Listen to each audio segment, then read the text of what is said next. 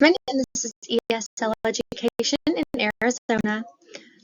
ELL in Arizona. The meaning of English Language Learner, or ELL, varies state to state. This could also be called ESL, English Second Language, ELL, English Learner, or several other things.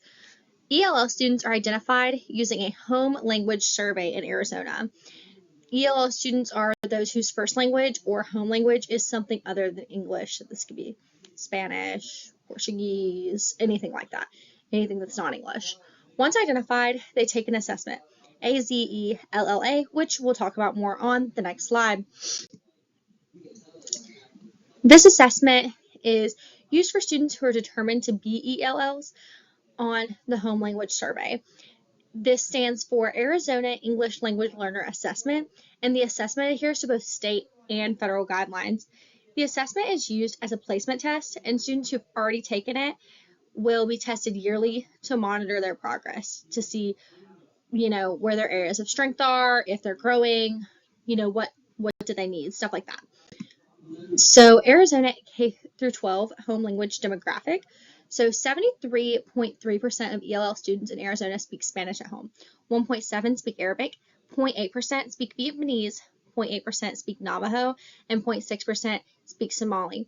Then there's a leftover 19.4% who speak all kinds of other languages.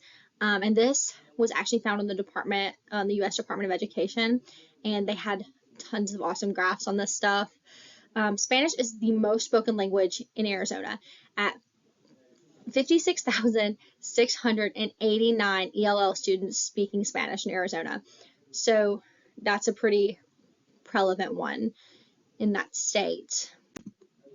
Structured English Immersion. So this is also known as SEI, and it was developed and then put into practice in 2019. This is the current model. There have been models of this since the early 2000s. And this is to help teach ELL refugee students. So in 2016, Arizona ranked 6th in all U.S. of settlement refugees. So of everywhere where refugees settle in the U.S., Arizona ranks 6th. So this means putting a policy in like this is very important. So ELs make up about 15% of all students in Arizona schools, which that's a big percent too. So the original SEI model was released between 2000 and 2006, and it was like confusing and kind of loose and didn't have really great instructions to follow, and it led to wide variation. So that's why we have the one that was developed more recently, which we'll talk about on the next slide. So because of the issues with the original model in the early 2000s, it was changed numerous times, and this leads us to the 2019 model with a new SEI was adopted. This model stated that instruction must be coherent and aligned to Arizona state standards for English proficiency. They must include language instruction that is both oral and written, and must include the opportunity for students to develop skills verbally and written. So this is just a lot more structured than the previous models, and seems to work a little better. Of course, not perfect. There's always room to grow. So language development approach in Arizona, there's 4 main principles, and we're going to talk about these on the next slide, but here's what they are. Asset-based behaviors and expectations, integrated instruction and disciplinary language and content, targeted and explicit language instruction, assessment, monitoring, and feedback. So here they are explained.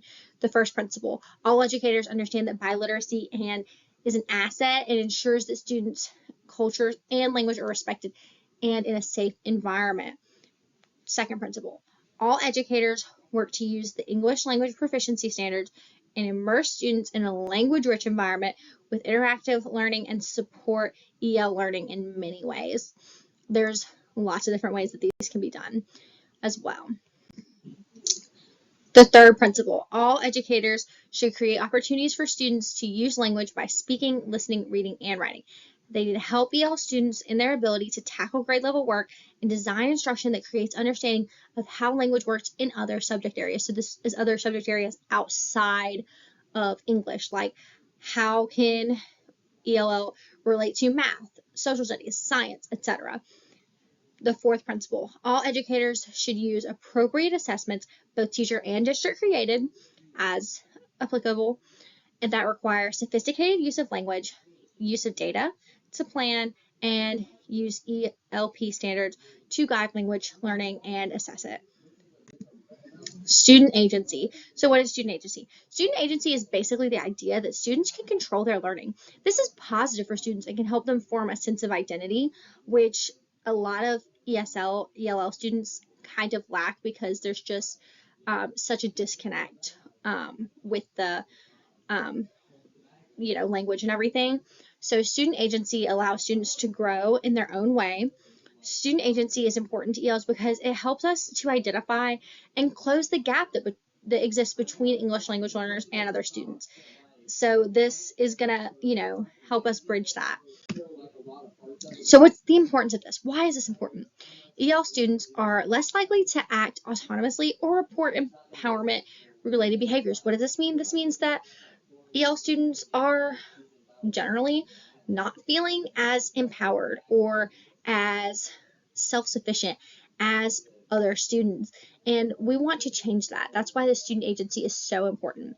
Making these students an important target, this is why this makes these students an important target of student agency. Student agency will help us see an increase in these kind of behaviors. So we'll see these students acting autonomously and see these students feeling empowered and reporting that they feel empowered and are behaving as such.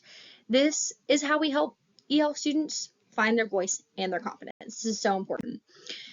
SEI models in Arizona. So the first is the pull-out model.